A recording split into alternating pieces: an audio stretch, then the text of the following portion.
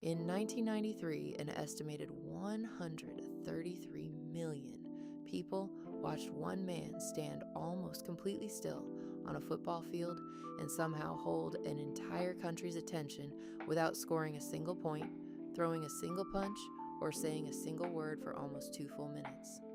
Then he moved, and the broadcast became one of the most replayed moments in American television history. You probably think you know this story already: the Super Bowl, the glove, the legend. But here's what most people miss. 18 months later, the United States hosted the biggest sporting event humanity has ever invented for the very first time in its history, and the same man who had just proven he could hypnotize 100 million people at once was nowhere near it. Not on the stage, not in the stadium, not even mentioned.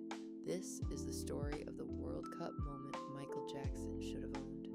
The 18 months that made him impossible to touch, and the real reason FIFA may have never wanted him there in the first place. To understand how big this snub really was, you have to go back further than the Super Bowl itself to a problem nobody at the NFL even knew they had. For over 2 decades, the halftime show had been treated as a glorified bathroom break. Marching bands, college drill teams, an ensemble called Up With People showed up so many times throughout the 70s and 80s that it practically became the unofficial house band of the Super Bowl. Mickey Rooney headlined one year, Chubby Checker headlined another.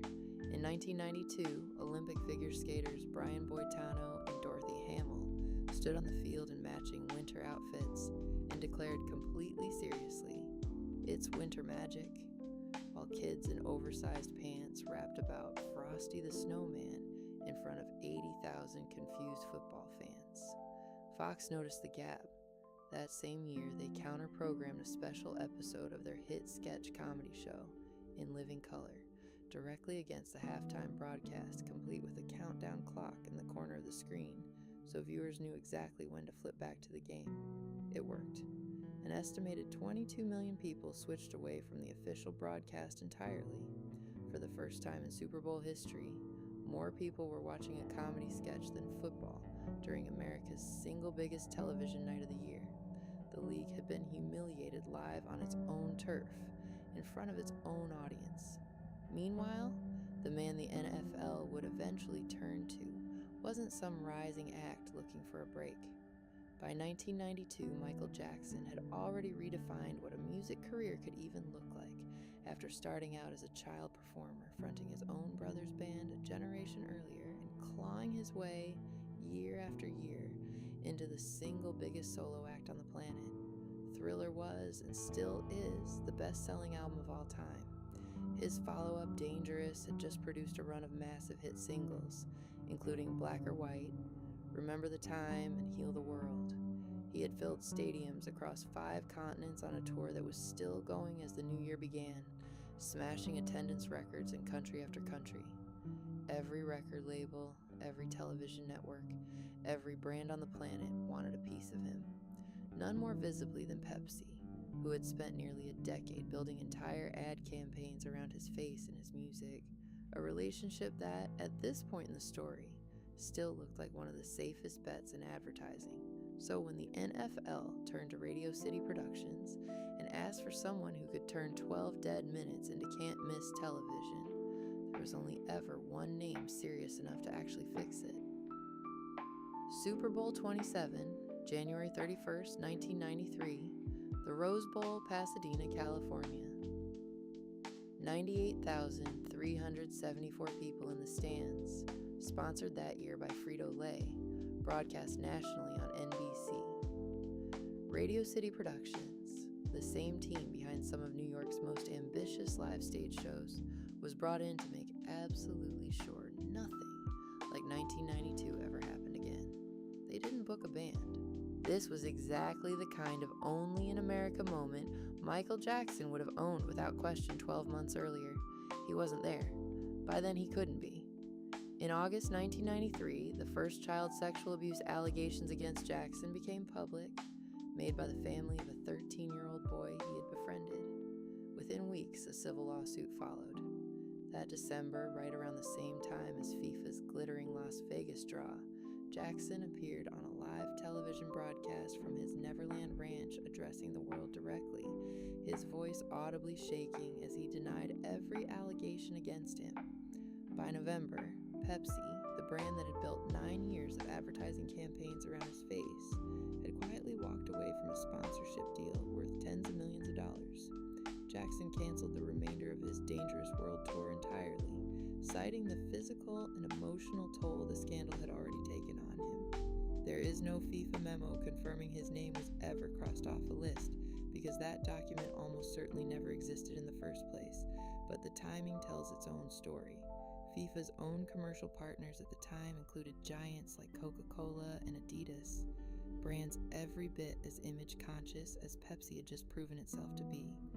The same kind of brands now scrambling to distance themselves from Jackson were exactly the partners FIFA needed locked in to make a 1994 opening ceremony work in front of a skeptical American audience. Attaching the tournament's launch to a man under active criminal investigation simply wasn't a risk anyone organizing this event was prepared to take, not with this much riding on convincing an entire country to care. The investigation itself wouldn't even formally close until September 1994, 3 months after the World Cup had already finished and Brazil had been crowned champions in Los Angeles. But there might be a second, quieter reason FIFA never seriously considered him, one that has nothing to do with the scandal at all. By 1994, Michael Jackson wasn't just famous. He was arguably the single most recognizable human being alive, a level of fame that had nothing to do with sport, soccer, or even music anymore. Put him at the center of a World Cup opening ceremony, and does it stay the World Cup's moment, or does it quietly become his instead? FIFA's entire goal that year was to make an indifferent country fall in love with the sport itself, not with a single performer. That 1993 Super Bowl performance is still studied today as the moment that changed live sports entertainment forever. Referenced every single year, a new artist takes that stage. The 1994 World Cup opening ceremony, by comparison, barely gets mentioned outside soccer history circles at all, except for one detail that still gets mocked online to this day: a missed penalty kick during Diana Ross's performance in the exact spot Michael Jackson might have been standing instead. It's worth noting that FIFA eventually got there anyway. Starting in 2010, the organization began building entire opening ceremonies around global pop stars. Shakira's Waka Waka becoming the unofficial anthem of South Africa's tournament, Pitbull, Jennifer Lopez, and a parade of A-list names following in the years after.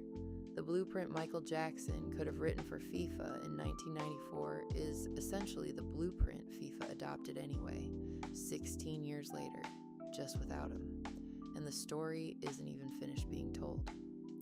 In 2026, more than 3 decades after that World Cup came and went without him, Michael Jackson's own nephew, Jafar Jackson, played him on screen in a biopic that has since become the highest-grossing music biopic of all time, surpassing $900 million worldwide.